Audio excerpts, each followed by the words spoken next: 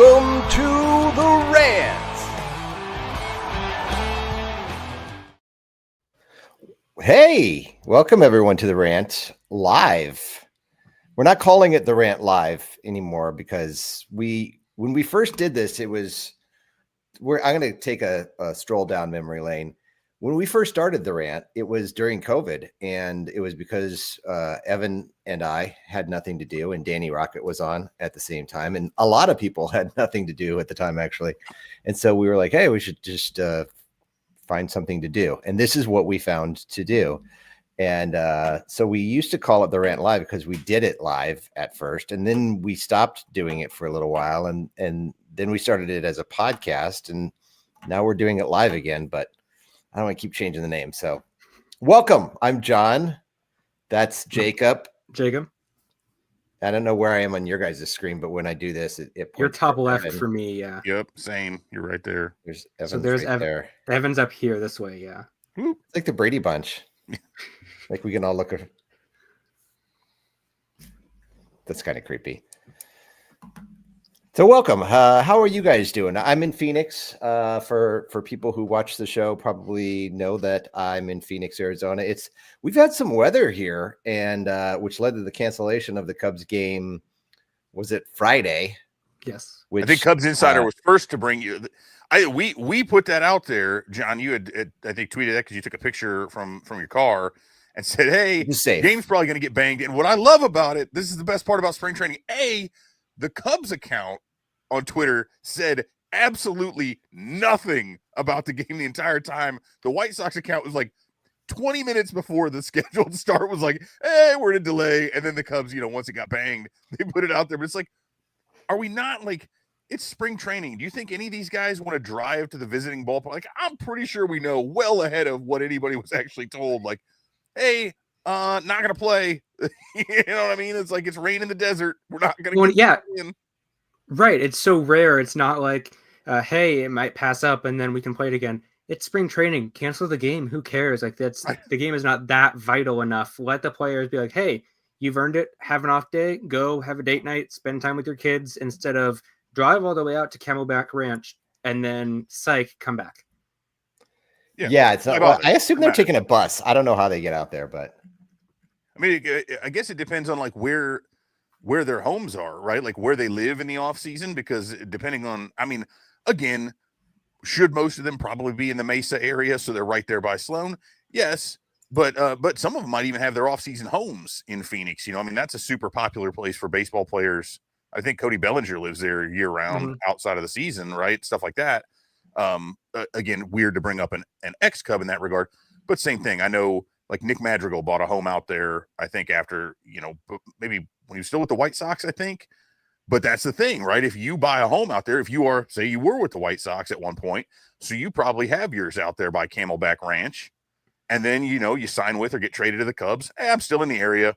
But then, what are you going to do? You're going to drive in. I assume he just like commutes himself over. Although if I were a professional making millions of dollars, I'd have somebody drive me everywhere. You'd have a chauffeur. Yeah, absolutely. Like, why not? That's why I Uber all the time, anytime I'm on a business trip, rather than renting a car, because you can get so much more work done. Like I could just be on my phone the whole time, whether it's doing emails or whatever else, and Microsoft Teams, versus they frown on that when you're driving, especially in a city you don't know. They do frown on that. They do frown on that typically. Yeah, no, that's the great thing about Ubering or Lyfting around a city is, like you said, you don't have to worry about driving. You don't have to pay for the gas, and you can get work done. When I was in a Lyft like last weekend, I was just on my computer typing stuff up because I didn't have to focus on driving on the interstate or the stress of driving in the city. Yeah, especially if it's a place you don't know. Yeah. And most of them, like Phoenix is not out of the ordinary, and nor are most states. But if you go to like, if you're in New Jersey and they've got the weird jug handle left, or like you don't turn left at intersections. Like you have to jug handle the thing around and come back. And I'm like, dude, trying to do that, like that's treacherous enough in and of itself, just driving normally. I would rather have someone who understands the traffic patterns just handle that for me, or a Michigan left, or whatever. Just like being chauffeured around. You feel fancy. I know. I get it. Hey, what do you think I was doing when I told you guys I was coming home? My teenager's driving. I'm just sitting there riding shotgun and in the back making sure, trying to like make sure we don't die from, like turning into traffic or something. Well, I remember when I first got my permit and then my license, my dad was like, "Oh, this is great. Like, you can go get your siblings. You can go run these errands for us." And I quickly became the runner of the family when I got that. And John, when I was in Arizona last week, when I was driving, you were like, "Hey, yeah, do you know how to do a roundabout?" I'm like, "Yeah." And then I realized I'd never driven a roundabout before. Like that was, and I'm like, "Yeah, I do, sure." And I'm like, act cool. And I'm like, Please don't have. Oh God! And especially if you get to one of those where it's like the 3 lanes deep of them, and you've got other people. Like, yes, there's places of like we have roundabouts like crazy around here. It's not me that I'm worried about. It's just somebody blasting. There's actually a couple of them where there's nothing like it's not decorative in the middle. There's no landscaping or like. So there are a few where you get a Jeep or something like that, and they just bloop. In the middle of the night, they just cut right through the thing. They're just going across the and middle. That was my main concern. And so Jacob was out here last weekend out here in Phoenix, went to some games. We went to a couple games, and Jacob, it had been a while since you'd been out here. Tell us about your experience and what you kind of took away from it. Yeah, so I went to spring training in 2023, more as a fan. I went with my dad, and that was a first, like, hey, get some cool autographs and selfies and just explore the area. This time coming back more as a journalist, it was way better. Also coming by myself, I had more freedom, nothing against my dad, but also I was like, hey, if I want to go to this place, I'm going to go. And nothing told me back. So I went, we went to In-N-Out, and then I went to the Suns game later at the end. But spring training is so unique because of the freedom. As I believe we talked about this before, everybody has their guard down, but I'm walking around on the backfields and I look to my left. Carter Hawkins is 7 feet from me, just, leaning on a pole talking to somebody. It's the guy that, runs the Cubs right there. I look to my right. Matt Shaw is 20 feet from me getting ready to take batting practice, and he's talking to some fans through the cages. Cade Horton's right there. Cade Horton walks by. I talked to Luke Little when he walked up. I started talking to him, and I'm like, hey, the dude's like 9 feet tall, but it's just a behemoth of a human being. But they're all just everywhere. So it's a great experience for no matter how you fan baseball to get that. And then, the bleacher experience, or the outfield experience, I should say, at Sloan Park is like none other. I had never sat there before, but that was really neat to get the Greg Allen baseball and have all the fans around me, and the hot dog that I did put ketchup on and very quickly was reprimanded. I tried to discourage you from that, but you wouldn't listen to me. You did. I don't remember what you immediately were like, I'm going to tell people about this. I was like, I deserve that. But yeah, no, it was such a fun trip. And like I said, getting to see my first basketball game was a big, icing on top thing for me, because that was really neat. It's good to have you out here. The kids liked hanging out. They always have fun running around whenever new people come in. Evan, then you're coming in a couple weeks. Yeah, the 21st, right? So a week from this coming Friday. So a little less than 2 weeks. My timing is less than good with that. I'm actually getting a gum graft on Monday. So hopefully I'll. Good. Yeah, it's not going to be a whole lot of fun, but I have to get 2 of them because they actually have to take tissue from the roof of your mouth. Wow. I got it it's going to be over my insides. You can really see it. Is that from all your days of chewing? No, actually though, my son's pitching coach does the velo pouches. So I had to buy some of those at the gas station. I haven't bought tobacco in forever, right? Ever since the days of maybe getting like some Swisher Sweets back in the day, or some of those clove cigarettes, but I bought him like several packs of velos, but no, it's they do it one at a time because it takes a while, obviously, to heal, and then you've got like stitches in your upper mouth. So you got to chew on one side, so I might be a little bit lighter. Okay, by that point, because who knows? It might help, or I'll just end up consuming those extra calories via beer. So. Okay, I'm sure we'll make sure that happens, or bourbon, or bourbon. Well, that's actually been so much more my jam. I was such a huge beer guy, and I still love it. But I'm like, I had a couple beers last night. And I'm like, I'm so full. I was like, the bourbon doesn't do this. So anyway, it doesn't. It does other things though. So the Cubs have been doing pretty well in spring training, and I just wanted to kind of go over or kind of do an overview, I guess, a recap of where the Cubs are. Obviously, spring training, it's really, you're trying to stretch out pitchers. You're trying to get some guys into game situations. You're trying to give young guys opportunities to play with other major leaguers, and you're just trying to stay healthy at the end of the day. And I think the Cubs have accomplished most of that. I mean, there's been a couple of injuries. I mean, Assad is still, has whatever his injury is. It's minor that he's dealing with. I know Steele was sick the other day, and I'm not even sure if he was really sick because that was the Thursday night start that he got scratched from. It was really windy and like 20-mile-an-hour winds, kind of chilly. And then the next day it rained and the game got canceled.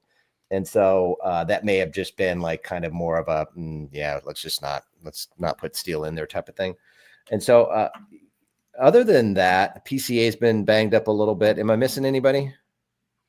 I mean, Shaw got the late start, right? Yeah. You got what is He's back in Birdsell's there been now. out. Brandon Birdsell's Birdsell still out, yeah. Yeah, and then who Whittle. else? Was it? Yeah, Luke Whittle. Yep. Which and none of them have been outside of Assad. Which, I mean, for being honest, I'm not saying I want anybody ever to be injured, but it kind of forces their hand to have someone else in the rotation, which I think is in everyone's best interest anyway. Because right now he can't pitch, and when he does come back, they'll already have the rotation, somebody, at least one other person kind of established in there, and they're probably going to have to bring him on if he's going to come in early. Like, he's going to probably have to spend time, whether it's at minor league spring training or just on the IL in general, maybe do a rehab stint. But I'd rather have him come back in the bullpen anyway. And so they can do that much more easily than having to ramp a guy up to be able to go 5-6 innings, which, I mean, if you get 6 innings out of Javier Assad, based on kind of what we've talked about before and the way he's kind of like pitching, hanging by the skin of his teeth, getting 6 innings from him is a rare feat. So I think just, hey, roll with it and bring him along. But outside of that, like, most of them have been fairly inconsequential, other than, and I guess the obvious is Nico Horner, right? Yeah. But that's been for a while, And he's still he's getting on the field, he's throwing, he hasn't been in a game yet, has he? No, but he'll be. He's supposed to be in he's minor been on the league backfields. Games. Yeah, he's supposed to be playing in minor league games when the team's in Japan, which like really sucks for him. I mean, I know you got to prioritize things, but man, it would be like, what a cool experience to miss. It's kind of like he's going to get the same Japan experience as the rest of us. Right. Well, yeah, and Sahadav Sharma of The Athletic actually talked about that, and he said, I've talked to Nico and said, hey, what are your thoughts on this? And it was basically that. It was, well, I understand that it's better for my health to stay home, but man, I really want to go to Tokyo. And every player, that's what we've heard them say is, like, especially the ones that are injured, like when Shaw mentioned, it was like, I will stay back, but I really want to go. This is I believe I heard one say, like a World Series-esque, you are the game. There is not, hey, we're the nighttime ESPN game. No one cares. You are the focus of sports for those 2 games. And it's not just in America, it's in Japan. And Japan is, easily the second largest baseball community in the world. They may take it more seriously than us in some ways. So being able to have that platform, like I said, they compared it to Game 7 of the World Series. Like, that is a really, really high stake. And Nico just has to sit at home and play with some good players, but not getting to even the flight out there, 14 hours each way with your friends. I mean, that has to be pretty cool. But no, he'll have to stay home and not be able to explore any. Yeah, I think that's the thing. And they're out there for so long because of the time shift, because they fly out tomorrow, don't they? Tomorrow or Tuesday? I want to say it's Tuesday or Wednesday. Okay, because I know that's what they were kind of deciding. Or I think they have to know by Monday who's going, so they can obviously got to be able to plan and all that. But it's like they're out there for so long, and so to be able to, again, they're getting tons of free time, and I think that was a cool thing, and just seeing, like, being in London when they were there and seeing all that stuff, and the it's so much of it's a novelty, because the British folks, everybody out there in the UK, like, there are some baseball fans, but again, it was more of a novelty. Whereas in Japan, like, clearly they have their own professional league. Baseball is huge over there, but it is still kind of something to then, for them, it's like a reunion for a lot of these guys who either recently or several years ago, right, have left the Japanese league and may or may not even live there any longer. So to see all those Japanese stars, and it's kind of wild that obviously these two teams, it makes sense, but the fact that you're going to be able to have multiple Japanese pitchers and position players from both teams out there is going to be so cool, outside of the fact that, John, it's really going to suck for you, I guess, but I think it's 6 a.m. is first pitch for me in Eastern time. So you guys are like, what, 3 now that stupid daylight savings. 3. Worst day of the year. I woke up and I was dead. Dumbest. We get extra. I got some tweet from like, a text, right? The marketing crap that you sign up for, like, for just bats or something like that. It's like, in honor of more daylight. There's not more daylight. It's not more. The sun still comes up. It still sets. It would have been up for the same amount of time. We just decided, in our infinite wisdom, because people still farm without lights. Like, come on, man. This isn't the 1850s. It's the sun just comes up an hour later and goes down an hour later. Guess what? We all still got to get up in the morning anyway. I don't care if it sets at 6:30 versus 5:30. Are we kidding? Right. Anyway. Yeah. Well, we don't change at all. So it gets true. a little funky for us in that, it gets up to 115, 120 degrees during the summer. And the sun is up at 5 a.m. So for somebody like me who likes to run, I've got to wake up at like this crazy hours just to be able to run. So I'm just leaving. I'm just going to leave this summer. And I usually just leave for as long as I possibly can. This summer, though, I may leave for 2 months just to avoid the evil sun, because the sun is cool right now. Which one of your sons is evil? TBD. Okay. Yeah, we're still trying to figure that out. And I did, first off, the farming at night. Like, I live in farm country. Doesn't matter what time of the day. There's always combines and stuff. They have lights. Like you said, it's 2025. Yeah. But 2025. Yeah, the Japan aspect of it and the impact that will have. When I went to Japan back in December, so it's been 3 months or so, I wore a bunch of Cub stuff because that's kind of my whole wardrobe. But whenever I walked around, then I would have people being like, hey, Suzuki, Imanaga. And even though they didn't speak much English, they would come over and mention those. One of our tour guides was like, oh my gosh, I love Seiya Suzuki. Like, I can't wait to see him. And I'm like, are you going to the game? And she said, no, the tickets are too expensive. And I said, even for people over here? And she said, the anticipation is like something we've never seen before, because it's sure, the Cubs aren't on the Dodgers level, but it's Shota Imanaga, who is really, really respected over there, and Seiya Suzuki, who hits nukes. They're both like, they're seen as their babies. Like, they want to see them perform, and getting to see them close. Everywhere I looked, there was either advertisements for one of the players or even the series itself. And like I said, just wearing the Cubs stuff around, everybody knows who the Cubs and Dodgers are over in Tokyo. Mm-hmm. Well, and Ohtani. Yeah, but even go back in time, right? The Cubs with Kosuke Fukudome, they were one of the first, like, he was one of the first.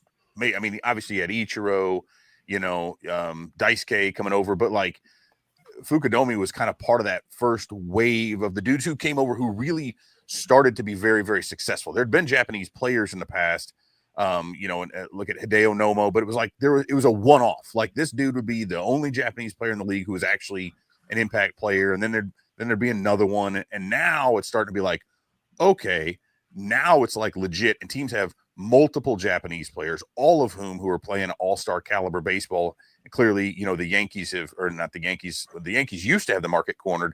Now the Dodgers have the market cornered in that regard with, between Ohtani and Yamamoto and Sasaki. And so, and then the Cubs have their two, obviously, but it's really, really cool to see that. So it's not like just fan service. That's the part that I love, right? They're not just throwing some Japanese guys out there to be like, ooh, we're going to try to play up to this market. But like, these are premier, top-notch type players who now get to go out there and showcase that stuff. And what a cool homecoming for them. And I have to imagine, like, how neat is that? It's a very different culture, language barriers, things like that. So like, you get to kind of introduce your teammates. That's always the fun thing for me. Like, if you bring people around to your town, or you share your favorite movie with somebody who's never seen it, or a music artist, something like that nobody's ever listened to, it's always fun to introduce somebody to something like that. So how cool will that be for those guys to be able to kind of usher their teammates around, show them some of the sights, and kind of give them the inside scoop versus just the touristy crap that most of us kind of have to settle for because we don't have much of a choice. I just think the whole concept is super, super neat. I'm really excited to be able to just watch those games and kind of vibe with the whole thing. So very, very cool. Well, that's what Imanaga said in a video. I don't remember what the interview was, but he said, it's going to be like me coming over to America. I'm going to get to show my teammates and my friends around and be like, hey, you know nothing about, nothing about the culture, but like, you know nothing about how to exist here. Let me show you around. And he was kind of giddy. Like, this is, like you said, getting to show people something that you love, they don't know. Like, you're the expert here. Get to show them and help them appreciate that culture. Is Sasaki even going to pitch? Because I've heard he may not be ready. I don't know.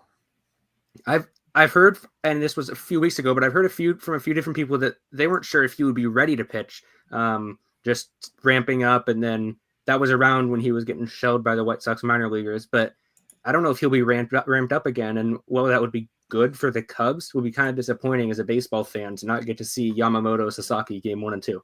Yeah, I mean, unless they decide to use him in a bullpen role or something like that, yeah. Which, I mean, the Cubs have talked about doing that too. And I don't know who the Dodgers are playing, because the Cubs have 2 exhibition games over there with Japanese teams as well. Because who are they playing? Like, I can't Tigers, remember the Yomiuri and Hanshin Tigers or something like that, or Yomiuri Giants. The Giants and the Tigers. Oh, look at that. But those are games where I look at Jameson Taillon. I think I wrote that in today's lineup piece. Like, maybe he comes out of the pen for an inning or two because this is only his second spring start today, which is kind of weird.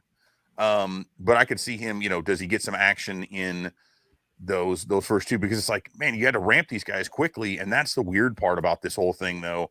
It's kind of the downside. Like, you're trying to ramp them, but even then, whoever, like, again, Steele, you could look at some of these other dudes. Hey, Ben Brown's made several starts, right? But who's even going to be – nobody's ready to go 6 or 7 innings. I think they said I was listening to Jed on the broadcast the other day when they were talking about the last time they did it when Darvish was out there pitching, and he went like 85 pitches, which was kind of insane, like for what people were thinking that early to have a guy out there. Because normally these guys are like in the 40s. I don't know if anybody's pushing into the 50s yet as far as the pitch count goes. Brown almost got there. Brown almost got there when the Royals start. If he didn't, he was sitting right around high 40s. Yeah. So, but even then, like, you're not pushing a guy to 75 off of that, and so you've got to really have enough of those dudes ready to go. I think we see a lot of starters probably working, whether it's almost a piggyback style thing or just at least available out of the bullpen. So that's the only part that bothers me about this is, like, you're going to have some of that a little bit in these early games.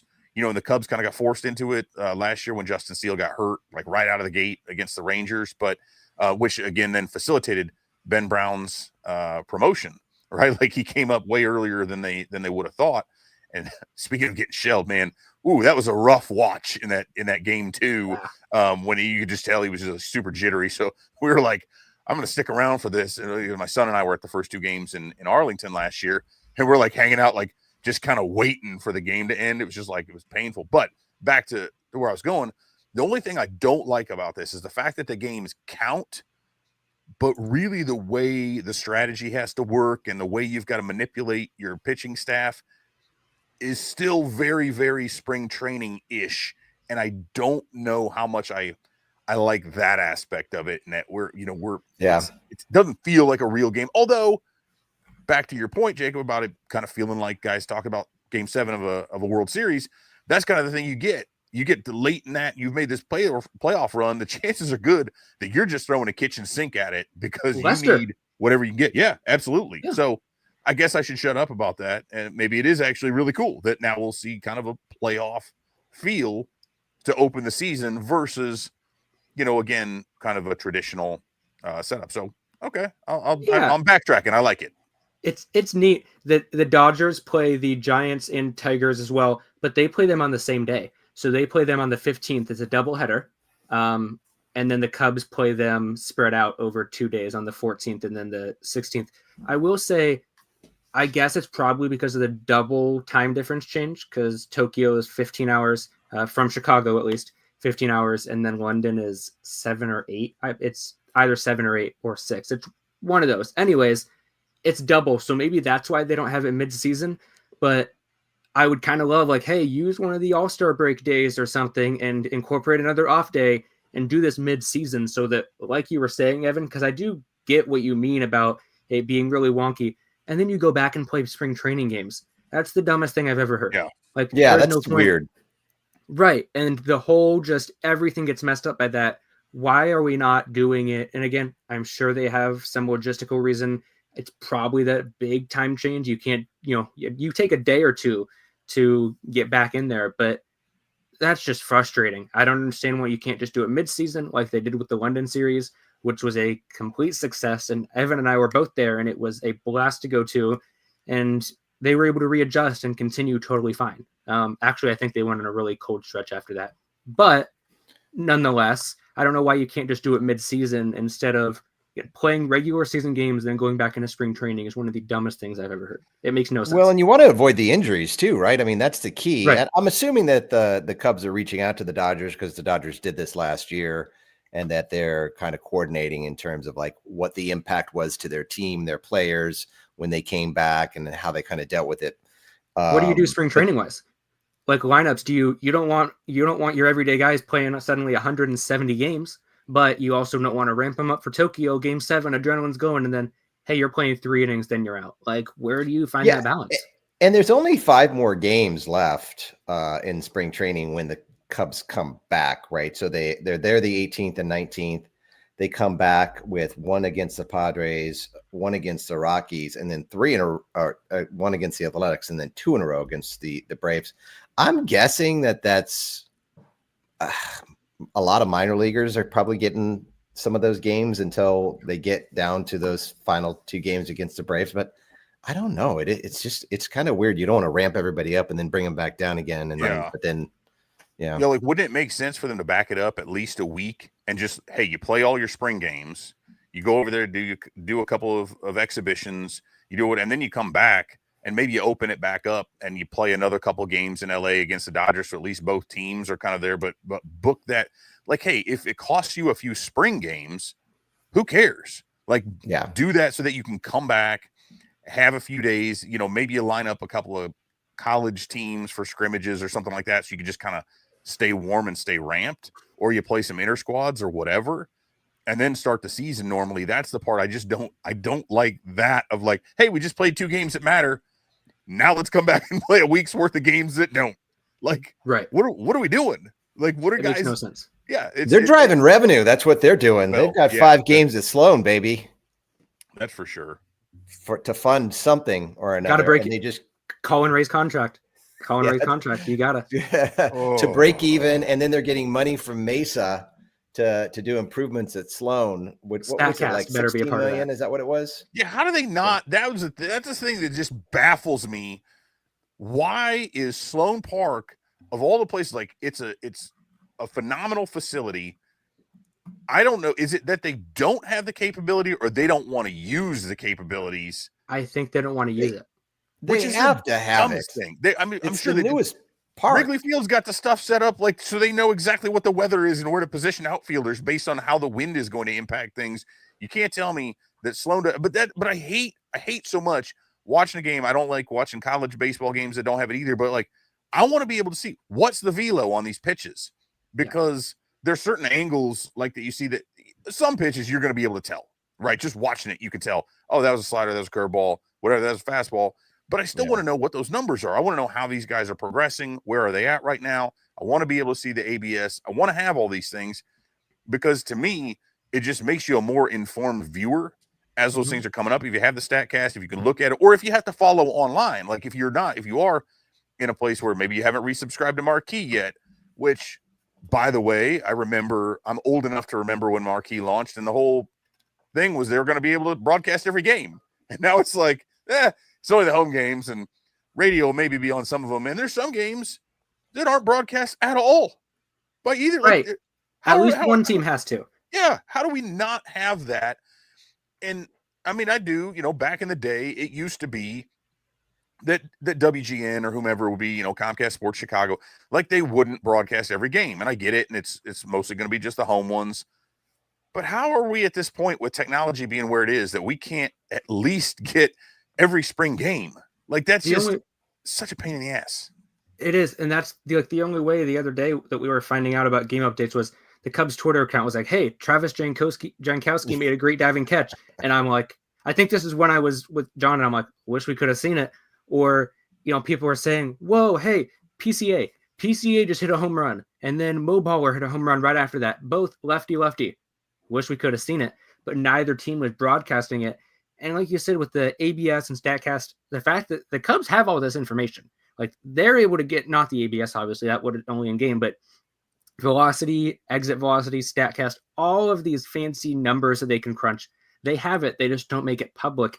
I think it was John, I think it was you that had mentioned how they're going to have a lot of people coming to these games, like a lot of different tournaments hosted here. And I don't know if that was you or somebody else I was talking to in Arizona, but they said Stone Park hosts a lot of different tournaments. At some point, they're going to have it. Maybe they do, and they just don't want other teams to have AFL. I think that's what it is. I think they don't want other teams seeing that, because I don't even know if, whatever, nobody's probably paying attention, but like the Cubs have gotten information, like when they have, like, Coastal Carolina has played at the Pelicans ballpark before. So if you don't think the Cubs are getting video and data from those Coastal guys, like, there's a reason that the Cubs signed or drafted a bunch of dudes out of Coastal for a while, and it's because they've been able, and they've had a very good team. They won a national championship a few years ago. That's part of it. They got good players, but there's no way on earth they're not collecting that data. I think it's just a matter of not making it public right away. Although part of it's like, everybody's going to know that eventually anyway. Like, what are you gaining? Like, other teams are able to get that. But I again, to me, it feels like a little bit like Jed Hoyer and some of the front office maybe getting a little too cute with stuff, and kind of, like, are you really? And maybe they are. Maybe they're gaining enough of an advantage. But I'm like, hold on, man. I know they've had the pitching lab out there for a while. I know they got the hitting stuff, but like, there's absolutely no reason that in 2025 is where, there's no reason the Cubs should have to get $16 million from the city of Mesa to be able to do this. I know they're kicking in some of theirs, but like, how do you not already have state-of-the-art batting labs and hitting labs? Like, there's a great article Jeff Passan had about the Red Sox and how they're doing this, which really feels like, the Red Sox set it up like Driveline, which makes a lot of sense because Kyle Bodie has been out there as kind of overseeing their pitching development. I know he's more interim and stepping out of that role, but they've got all the traject pitching machines, and I know the Cubs have that at least up at Wrigley. But like, how are we getting to that point that Sloan's been here for this long and we're only just now seeing this for a team that has talked so heavily about leaning into data, getting away from the in-person scouting, which is more about sending scouts out to other, professional games where there is video and data that they can pull without having to send somebody out there. So I get it, but I don't know. I saw that and it kind of irked me, because I'm like, how is that not already there? What data, like, what are we doing? The data gets out there anyways. There's people on, out there that, whether they're scouts or people on Twitter, they're like, hey, this is what this guy's velocity was sitting at. The data gets out there. And like you said, is it that secretive? Is that really what we need to be hiding from people? Like, maybe there is a competitive advantage, but it's still kind of frustrating because, of course, the Cubs are one of the few teams that has a super nice stadium, and it's a gorgeous complex, like you mentioned, yet they just don't have any info. Red Sox wise, I don't know if you saw how all their top prospects are really sick right now. I know we mentioned Justin Steele, but I just thought that was an interesting note that they're like, I think it was Roman Anthony. Yeah, he came back. He lost like 10 pounds in 2 days. And everyone like what? You mean and like, they said, like sick, like ill? Yeah, like they are sick. Yeah, no, they are. Oh yeah, no, they're not like sick. No, like there's a bad flu going around. And it's even up here and down in Arizona, but Florida's been hit hard. Jacob, did you bring the flu here and infect all the players? I didn't know. Breaking. I feel fantastic. Yeah, don't. News. According to sources, I poisoned the whole Cubs team. No, it's just. Hey, I'm fine. I'm good. There you go. Didn't get me sick or anyone else in our family. I'm totally healthy. But anyways, just an interesting note that I saw that, and I know they talked about multiple players that were currently out because they're really sick, and I was like, gosh, it's just scary times. And so getting back to like the Cubs are making it through spring training, kind of everything's going the way you'd want it to go, I think, for the most part. They lead the league in runs, whether that's, Facebook told me that doesn't matter, John. These games don't matter. It's all fun these to talk about. all the edgelords out there reminding us constantly that the games don't matter. Wait till they face real players. I'm like, It's like we can we don't just all realize have it. fun? Can we turn off our taking ourselves seriously, take off the serious hat, and just have fun? And by the way, I don't know if you guys knew this. The Cubs are actually not the only team in spring that does not play with and against totally regular MLB lineups every spring game. Every team actually does that same thing. Are you sure? Are you sure on Shocking. that? Are you sure? I haven't done my research yet, my own research. So this is all anecdotal at this point, but I'm reasonably sure that we can compare apples to apples in this regard and say, hey, if there's does it mean anything in the regular season? Of course not. But simply it's pointing out a fun. fact. It's fun. Thank you. It's Listen, fun. It's fun. what we have to talk about. That there's baseball being played. The players are on the Yeah. field. It's just I don't. people Yeah, I don't. get really worked up on Facebook, especially about Oh, Yes. oh yay, they've won the spring training World Series, and it's just like God. Some people just have to be like jerks. How many hits does Kyle Tucker have though? He's none. They're gonna cut him. Right. But Or that DFA matters. him. That's the part that I love is if somebody's doing well, it's not any good because they're only facing crap. And Kyle Tucker doesn't have a hit, so he's gonna suck, right? And it's like, Yeah, welcome. both, Yes. both things can't be true, folks. It's like, but at the same time, it's like you can't take any of it. So you can have fun with it, and you can see like, but if a player is doing things well, like Pete Crow-Armstrong, which again, and Jacob, you and I have both been subject to the same super edgy contrarian guy out there who's like made it his whole apparently his whole personality to just like quote tweet people or respond to stuff about how PCA is doing well to be like, no, this guy sucks. It's just the weather out there. There's another one. I had to block a dude yesterday who I'd muted already. I was just like, I'm just not going to put up with it. Like if this is how we're going to react to stuff and just be way over the top, like just enjoy it. And yes, does it need to carry over? Of course it does.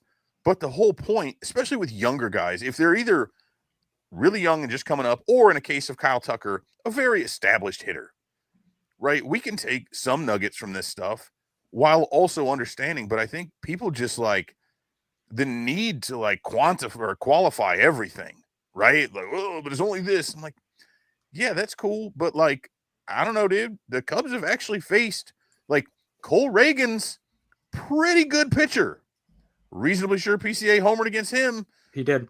You know, and it's like we're not talking about schlubs necessarily. Like, yeah, if you're dropping a bomb in the ninth inning, it might be against some guy who's not very good. But at the same time, like, I don't know, folks. Guess where the really good players come from? They all had to be in the minors at some point. They were all prospects at some point. And, you know, if somebody would have like homered off of Paul Skeens last year, somebody like, well, this guy hasn't even faced major league pitching yet or hitting. Like, he's one of the best in the world. We're all coming out of the winter time. I mean, this is it, right? It's been winter. There's been talks of like, what are you going to do? Who's doing what to improve their team? Oh, Jed's not doing this. Oh, you know, it's all somebody else's fault, blah, blah, blah. And we actually get to play baseball. And so we have fun. You know, it's a ramp up, a build up to the regular season. We people like us who cover it like to just kind of have fun and not take things too seriously. And then the season starts, and then you really do have to kind of, you know, look at everything that happens because it is meaningful then. And so we understand that. And so I guess we're just explaining to everyone. And I have my little breaking news story down there. We're either preaching to the choir or else it's just somebody's going to be mad. So, which is like usually the way that's life. But it's gone well. It's kind of how I handle things. But it's gone well. But it was just funny because, like, again, you know, it's okay to dream about what a dude could do when he hits 2 homers in any game, right? Solo shot and a grand slam from a guy. And I think the bigger point here is not that, oh, PCA is going to have a 215 WRC plus because of this. No, it's that we know like his floor is high enough because we have givens. His speed is a given. His defense is a given. Right? Those are going to be there regardless. And so as we've talked on here, other people have brought it up, we've written about it, whatever. If he's just a league average, he can actually be slightly above. I had somebody tell me, same person from before, that having a 92 WRC plus in the month of September is quote unquote atrocious, which no, that's only 8% worse than average, which a player of Pete Crow-Armstrong's caliber can get away with. If he's somewhere from 90 to 110, he's going to be WRC plus. He'll be a 4-WAR player over the course of the season. The point of this is seeing if the power plays, and we've seen he's not going to be a 25 home run guy, but can he be a 15 home run guy? Yep. I don't know. Maybe he can be a 25 homer guy. He hit 7. Oh yeah, maybe he can. He hit 7 in the second half. So I mean, 15 is like very doable. And if he's 20 plus homers, the dude is like 6 to 7 WAR, like Andrew Jonesy, dare I say? Well, right. How dare you? Personal stuff. Yeah. How dare you? It was off of Logan Gilbert. The first one was at least, which I'm a Mariners fan. They were my second team. Gilbert's my favorite guy, so that kind of hurt. But also, he's not purposely going out there to give up meatballs. That is a good hit from PCA. Yeah. I don't care when it is. Logan Gilbert is trying to win that battle to get his confidence up and to get his mindset right. It's not like, hey, they just sent Jacob Zanola out there to pitch and PCA hit 1-5. And so, of course. Just to back up, what we're talking about is the fact that Pete Crow-Armstrong in yesterday's game hit 2 home runs. One of them was a grand slam. He's been tearing it up in the spring. And I mean, like his hit, what's he hitting? Over 500, 522, 500, 1.087 slugging. I mean, yeah, that's not going to continue. Does he have 4 homers? Spring? He's got 3 home runs. Okay, so 3. 1 against Logan Gilbert, 1 against Cole Reagans. That is 2 top 6 AL Cy Young finishers from this past season. Mm-hmm. Okay, not scrubs. And a 294 WRC plus. So is that going to continue? No. Is it something to get excited about? Yes, because you can see Pete Crow-Armstrong progressing, obviously, from his rookie season. He came out. I wouldn't say he was tentative necessarily, but he certainly was at the plate. I mean, in the outfield, he looked comfortable. At the plate, it just took him a while to kind of get settled in. And it felt like he was getting settled in there at the end of the year. But to have him come out the way that he's come out this spring really feels like he's just exuding so much confidence at the plate that's going to translate into the regular season. And I think when we get excited about what he's doing in the spring, that's what we're excited about, is seeing his maturity at the plate, like in these major league settings, and knowing that he's going to be able to take that and project that over an entire season. There's a lot to be excited about there and a lot of upside. Yeah. I did want to mention Patrick Mooney just posted and said the Cubs have not made a final decision on whether Shaw will be on their opening day roster, but Horton, Ballesteros, and Cowles were cut, which not surprising, but Shaw's status still seems up in the air. Why have we not, or maybe this has been discussed and I've missed it, why are we not putting Shaw at second base and Workman at third? And maybe they will, but I would rather Shaw Workman than Shaw Birdie. I don't want to see John Birdie on this opening day lineup. So they're talking about the opening day roster, or are they talking about the whether he goes to the lineup? Yeah, I would assume Japan. And that's the tough thing, is when people say opening day, okay, are you talking about Tokyo or the mainland opening day? But and how does that work for the so they've got, and I'm gonna act like I know what I'm talking about here, which is for a rookie, when any team starts him and he starts on the roster, and if he wins certain awards, one being, I don't know, MVP, Rookie of the Year, things like that, the team can qualify for additional draft picks. Yep. Yes. And so how does that work? They don't have to be on the opening day. They don't have to be on the opening day roster. They have to be on there early enough to accrue a full year of service time in order to qualify. Okay. So that's what, early May? Yeah. So no, it's like 2 weeks. Is it? Okay. Because it's the same thing. Look back at Chris Bryant, right? They held him back. Oh, like that. Okay. Day. So as long as he's in there earlier, because Bryant didn't get a full year of service time, so they have to be earlier. And that's why. So there's 2 things. I wrote about this a little bit recently, actually. Because there's 2 aspects to this. Part of which is why the Pirates are stupid. That could be a number of different things, including just being really, really shitty ownership. But back to the point. So for the PPI, prospect promotion incentives, right, they've got to be ranked in the top 100 across a couple of lists. And you're right, there's a bunch. So the Cubs have, it's Shaw, Horton, Casey, Alcantara, and Mo Baller are the ones that they've got who could qualify, right, because of their rankings and such. Shaw's probably the only one that at least for this year would really get there. Who knows, maybe some other changes, but they have to be up. So here's the twist, though, because people will be like, well, they're just going to get another year of service like they did with Bryant. Well, okay, it'd be dumb especially for a team like the Cubs that loves them some draft picks. Everybody does. Draft picks are valuable. So if you feel like he's ready, no reason to have him wait. The other aspect of this, and this is where the Pirates come in, even if a player is not up in time to accrue a full year, if they win one of those awards, they are great, or they finish first or second.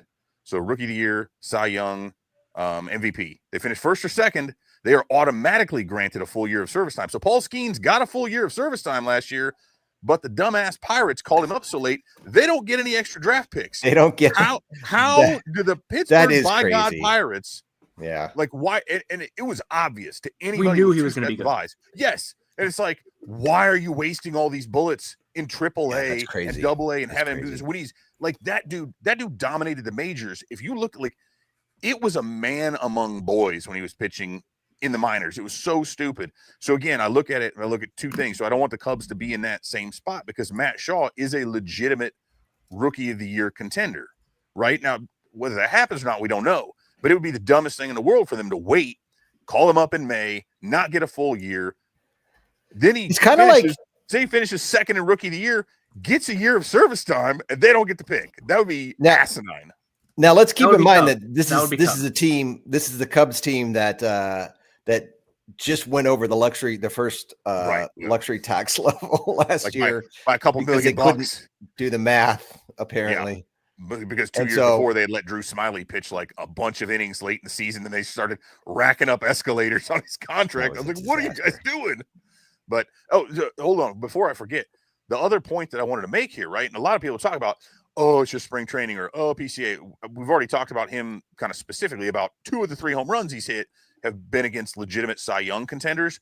But the other thing here is the Cubs in particular had to ramp earlier. So like they've been running with more regular lineups from the jump. And so like when you look at the stuff that they're doing, like Pete Crow-Armstrong has been in there fairly regularly, other than the game that he got scratched, right? Because his hamstring tweaked a little bit, but then he was fine. But it's not like he's going in there getting all these at-bats against schlub pitchers. Like he's not coming in the 9th inning. He's not batting late in games when guys are throwing out whoever is the 50th pitcher off there who just got cut from camp and they got to get another inning out of him. Like the Cubs in general are running more regular lineups out there, getting looks at guys who either have significant major league experience, whether we're talking about a Nicky Lopez who shockingly won't go to Japan, or Vidal Brujan. Even we can say what we will, but the dude's got 5-ish years intermittent of MLB experience. Other teams likewise, for those first, I feel like guys are ramping a little bit quicker. Most of these pitchers are going through the lineup twice, at least one full time if they're getting a couple innings in there. So we're not looking at people think like spring training is just meaningless games. The records may not matter, but these guys are all out there. Like outside of you remember Edwin Jackson like a million years ago when all he threw was fastballs. Like generally he was a fastball heavy guy, but it was like, that's it. Like he'd just go to the game and all he was doing is pumping dick balls the whole game and just getting blown up. But it's like, that's all he was trying to work on. Like some dudes will just go out there. Like they might just throw whatever because they're trying to work on a thing.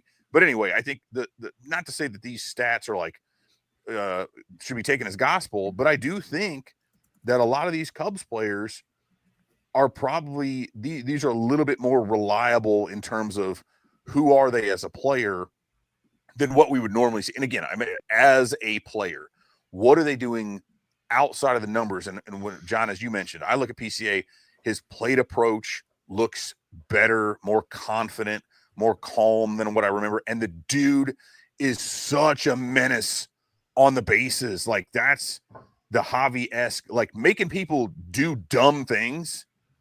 That's my favorite. Like my favorite thing about Javi, everybody talks about all the different plays. My favorite thing ever was when pitchers would throw over to first base when he hadn't even gotten a lead. Like he's standing on the bag. They're still so concerned about it that they're throwing over to first.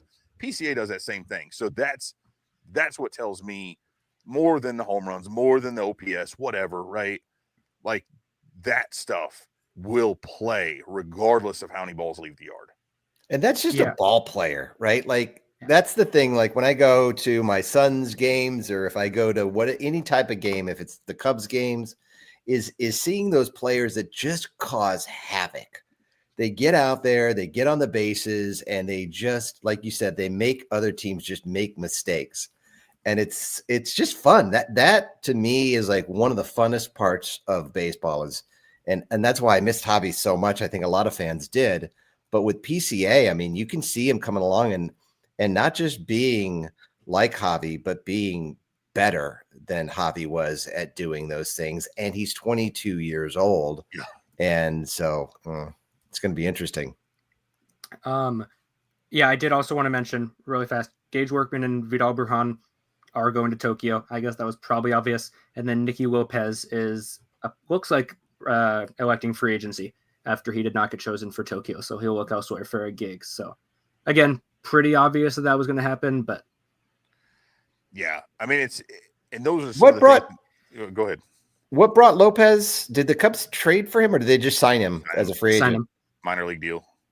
Okay. So that's okay. They're not really losing anything there. Right. And that was the whole, we were kind of all in our text thread earlier for those who are not part of that, that was kind of, and we're like breaking. And I was sort of poking fun at the idea because like, I don't know that anybody had a scenario in which Nicky Lopez was breaking camp with this club because they signed about 1 million veteran infielders. And, again, I get it. Like you have to have depth there, right? Because at the time that he was signed, obviously we knew Nico Horner wasn't going to be ready to go. Dansby Swanson had the core muscle surgery in the offseason. And that was kind of the issue there. Speaking of which, I don't think we mentioned Owen Casey being among kind of the injured guys in camp. Yes. I thought of the same thing, which maybe I just missed it, but when they announced that, because he had the groin strain, they're like, oh yeah, by the way, he also had core muscle surgery in the offseason. And I love when that stuff comes. It's like, oh, by the way, didn't tell you guys about this. Like, it's like what my parents would do. Like I go home and, oh, by the way, did we tell you that so-and-so died a couple months ago? I'm like, no. But they, like some family friend from whatever. I'm like, I forgot to tell you the dog died. When did this happen? Oh, it was a few weeks ago. What the hell are we doing? But it feels the same way with that. Like, oh, by the by, one of our top prospects, just a little surgery, which is kind of a minor league thing. They don't have to, and it's off season. They don't have to do that. But no, it is a little bit interesting though. Back to the point of like, again, with Horner's availability up in the air, we don't know about domestic opening. With Shaw still up in the air, then it's kind of like, okay, there's a couple of these guys that'll make it on those 25th, 26th spots. But then what do you do when that comes up? Somebody's going to get hurt. You can easily get Horner in there, but Shaw is going to require a spot on the 40-man. And so somebody's going to have to go. Now, who is that? I don't know. And I think we've all kind of had, but if forced to choose between Brujan and Workman, where are you guys on that? Workman. Tater all day, Yeah, baby. for sure. Gage Workman all day. I mean, he's a lefty, first off, right? And so that's something the Cubs need. He's got some pop in his bat. He's looked really good in the spring. And yeah. How does a team, maybe they were so set on thinking they were going to get Bregman, but I'm looking at the Tigers and going like, who's getting fired in your front office for thinking this was a guy? Because like the Cubs have a much better outlook than the Tigers, right? And if you're looking at the Cubs, given their situation at third base, if they can find a spot for this dude, how could the Detroit Tigers not protect this guy and keep room for him? I don't know. Maybe there's just something that a switch flipped for him. I wasn't following him before the Cubs got him in the Rule 5, but like, I don't know, man. I feel like that was a really big mistake by the Tigers as it looks right now, right? Like, how does that 100? Yeah, no, 100%. He's a former top prospect. Doesn't really mean anything, but he provides a lot of value to this Cubs team. Sort of backing up the Workman over Brujan pick. Sure, it was kind of a I guess where do you stand on that? Are you would you take Workman as well? I would assume. Yeah, absolutely. I mean, lefty, the power's there. That because my thing with Bruhan, like he can play all over. Although they did, and Workman had gotten in the past. I think he's gotten 72 total innings, like 8 games total in the minors. I think all in right. If I'm not mistaken, that was a couple years ago with the Tigers. And I mean, the Cubs had him in left the other day. I mean, it was very clear from the outset that they were sort of trying to force Bruhan in as like, ooh, maybe he can be the 5th outfielder. But like the dude just doesn't have any pop. I mean, he hit a home run early, but it's like, if I'm going to take something, and I always look at this is why I was always higher on Patrick Wisdom than most people were. As long as it was in a backup role, right? But if we're looking at someone who is ostensibly going to be the last or second to last player on your bench, to me, I do not need someone who is just versatile, right? Whose main carrying trait is that they are versatile, because all that means is now I have a below average player who can be below average at a bunch of different positions. I don't need that. I need somebody who's got at least one trait that I can leverage that can have an impact in small samples. And the biggest thing that Workman has over Bruhan in that regard is the pop. If that power can play, and he's going to be more likely to be able to provide a double in the gap or a home run in the limited action that he's probably going to see over the course of the year, that's far more valuable than like, oh, he can simply play multiple positions. Cool, but I still don't want his bat in the lineup. So what's the point, And Workman can pick it, right? So the defense will play if he needs to be a replacement, if they're bringing Shaw along, if there's any kind of an issue. Now you got a tough righty reliever in the game late, and you want to sub Workman in there at third base for Matt Shaw to face that dude because you're just kind of helping him with a soft landing and be the defensive guy. To me, that's just a tremendous asset to have for the very, very low cost of a Rule 5 draft pick. Like that to me, I don't really understand the Bruhan thing, but it is what it is. Yeah. And Bruhan's someone that I wish we could keep around because I do think, I mean, he's been talking with Sammy Sosa, so you never know there. And then he hit a home run. Who knows where that? I don't know where that. Yeah, then he hits a home run. Like, oh, let's check him out. Just watch for the bat. Go there. Watch for any changes there. But yeah, he's someone that you wish you could option to AAA and use him there. Obviously, you can't. Did they try to sneak him through waivers? They could. I think they could. I don't know. I don't think he would fall through waivers. I think another team would be like, hey, another non-competing team would be like, hey, we'll throw you on the bench, play you 2-3 times a week, and then they can trade him if he does end up doing well. It's just more of a, would he be nice? Yeah, but you probably bring him to Tokyo as they are doing, and then once Horner gets back, then they ship him off, and all of a sudden, hey, you have Triantos and Callis in the minors if another injury at second were to occur. So I would be very surprised if Bruhan is still with the Cubs organization come April 1st. Yeah. And that makes sense. That's the other thing. I guess if we go back to the back and forth about the timing of this Tokyo thing, I don't like that they're having to make, at least semi-permanent decisions. Because again, with some of these, if we're talking about Shaw, you're going to have to drop somebody off that 40 man. Now it's possible again. Can you sneak somebody through waivers? You DFA them. They stick around on a minor league deal? Like, chances are, because we're having to talk about some of these spots as much as we are, and you talk about Workman, talk about Bruhan, guys who either don't have options or because of the Rule 5 pick, like they can't just easily keep. I know a lot of people like they should work out a trade with the Tigers and have him be optionable. Christian Hernandez.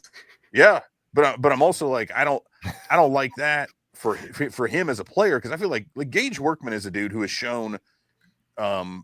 We're talking about him, as a backup bench guy for a contending team. But, that's a dude who I think could get some legitimate run for a team that is not necessarily in contention, at least not right now, who would look to maybe build on him, who could give him some more everyday reps. I don't know that he's getting that same, especially with who we're talking about Triantos, talking about who else the Cubs have in the minors. Is Workman a guy they want kind of clogging the system? And there's a difference, right? When we talk about, because people will be like, well, what do you mean? I don't want Kevin Alcantara sitting on the end of the bench when he could be getting reps at Iowa. He needs those everyday reps. He serves no purpose for either himself or the team as a 5th outfielder in Chicago, in my opinion. But Workman's a different guy. Like, Workman's not the dude who you brought up through the system. He's not a top 5 prospect in your system. That doesn't mean he's not still valuable or that he can't be a good baseball player. But when you look at the way the strategy needs to work, you don't concern yourself over, well, are we giving Gage Workman enough at bats to really do what we need to do? He serves a different purpose for them than that. And so I don't mind him, because then you send him down and now he's taking reps away from guys that you need to develop from within your own system who have that potential in Kyle Triantos, whatever. So it's this tough mix, but we're looking at this like there's a lot of guys the Cubs have right there in those final few spots for the roster that are very difficult decisions. And that's where, again, with the Shaw thing, but that's where I hate having this game. Like, we got 2 real games. You've got to now make roster decisions based on that. And then a couple weeks later, a week and a half later, the season really gets underway. And that part kind of stinks. I wish there was some sort of a grace period that they could have in there to where it's like, hey, you actually get 28 men for this, so that you don't have to make those permanent decisions quite yet based on very, very limited spring training run relative to what they normally would. I don't know, that bothers me. And it's just part of that's just from the player perspective, right? It's really tough for these guys. They're like, man, they've been balling out all spring. It's like, sorry, you're going to be a casualty because we started the season 2 weeks early. Right. Yeah. Well, it's going to be fun to watch it all play out. That's for sure. And the Cubs, like you guys were saying, are going to be traveling, I think, starting Wednesday, right? That's when they travel. There's a game on Tuesday, which I'm assuming is going to be mostly the minor leaguers. We'll see who's in that game. There's a game that's getting ready to start today with a pretty much mostly kind of like regular starters in there. Kyle Tucker's first hit. I'm calling it. First hit today. Home run. Yeah, I'm calling a dinger. I need it. He's going to hit 2 all the haters away. Let's go. Yeah. and then he's an MVP, right? No, we don't have to cut him. Still only batting 125. Facebook's going to love that. Oh, dude, it'll be. I'm going to lean into that one hard. Jacob, suddenly you're red. It's like, that's a sunburn from being in Arizona. Yeah. I know, right? No, there's a computer monitor in front of me that's been off, but I accidentally just turned it on with hitting the keyboard. So suddenly I am just luminescent. Just red. You are. Okay, well, that's cool. Anyways, we'll circle back after the games on the 18th and the 19th. We'll do another podcast/webcast, whatever we call this thing we do, and we'll go from there. But it's going to be exciting. I'm pumped. I can't wait to see what happens in Japan. So good times. Yeah, I would say make sure to follow the Instagram. We've been doing some stuff on there, so make sure to follow the Cubs Insider Instagram. We'll have some reels and stuff from this podcast. And TikTok? Yes. Oh, man. We've got Blake Powell. We're on the talk. Who's also stepping up with us. So we've got some exciting stuff going on. It's hard for me to even keep track of it all, to be honest with you. We're doing a lot of work behind the scenes. Nice. Killing it. Nice. So, all right, cool. Well, we'll see you guys later. Thanks for joining us, everyone. See you.